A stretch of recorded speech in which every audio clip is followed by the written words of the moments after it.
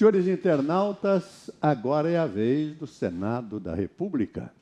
E a questão que se põe é a seguinte: qual será o rito que regerá a atuação da nossa Câmara Alta, o Senado da República? Decidindo a DPE, a ação de arguição de descumprimento de preceito fundamental em dezembro, relatando o ato na Suprema Corte da República, o ministro Barroso falou: olha, o Congresso Nacional não preparou uma lei para normatizar o impeachment na República Brasileira. Então, vale a de 92, que regeu os atos do impeachment do presidente Collor. Como é meio complexo, porque esse rito foi definido pelo então ministro do Supremo, Sidney Sanches, compondo a Lei 1079, que é de 1950, mais a Constituição, que é de 88, eu fiz aqui uma espécie de síntese para que os nossos internautas tenham uma noção do que é que vai acontecer. O primeiro ato é a leitura da Câmara e a autorização da própria Câmara para que o Senado possa atuar.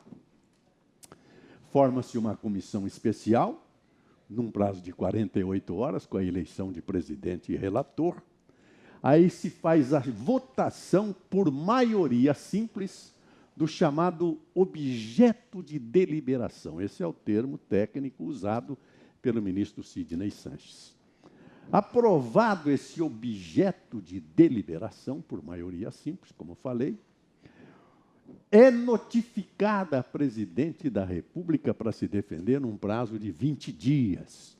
E aí, nos termos do artigo 85, parágrafo 1º, inciso 2 da Constituição da República, a presidente é afastada, porque é a partir deste momento que se instaura efetivamente o chamado juízo de acusação, judicium accusationis, no Senado da República. Passa a ser processo. A presidente, portanto, tem 20 dias para se defender. Tem ampla defesa, havendo um parecer pela procedência dessa acusação, aí vai se formar o chamado juízo da causa, que é um novo julgamento, mais ou menos nos termos do processo do júri, com a leitura do libelo acusatório, e esse é o termo usado. O libelo é o ato de denúncia do promotor público no júri. Há uma contrariedade ao libelo, também é um termo técnico, num prazo de 48 horas. Depois o julgamento com ampla defesa, debates orais e, por fim, o julgamento quando as partes se retiram e o Senado, aí sim, deve votar por maioria absoluta, num prazo de 180 dias em que a presidente fica afastada.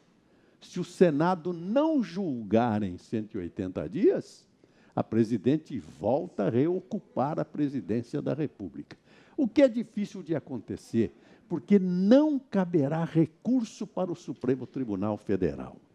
O próprio Sidney Sanches inscreveu, neste rito de 92, que todas as dúvidas surgidas no julgamento do Senado devem ser submetidas à apreciação do presidente do Senado, que será, então, o presidente do Supremo Tribunal Federal. Aliás, a meu ver, a única razão pela qual o presidente do Supremo deixa a corte e vai assumir a presidência do Senado no impeachment é exatamente para representar a corte como um todo, para decidir todas as questões surgidas, a fim de que seja mais célere a decisão desse impeachment no Senado, porque o país não aguenta esperar mais. Senhores internautas, começamos a viver uma semana decisiva na política e na administração.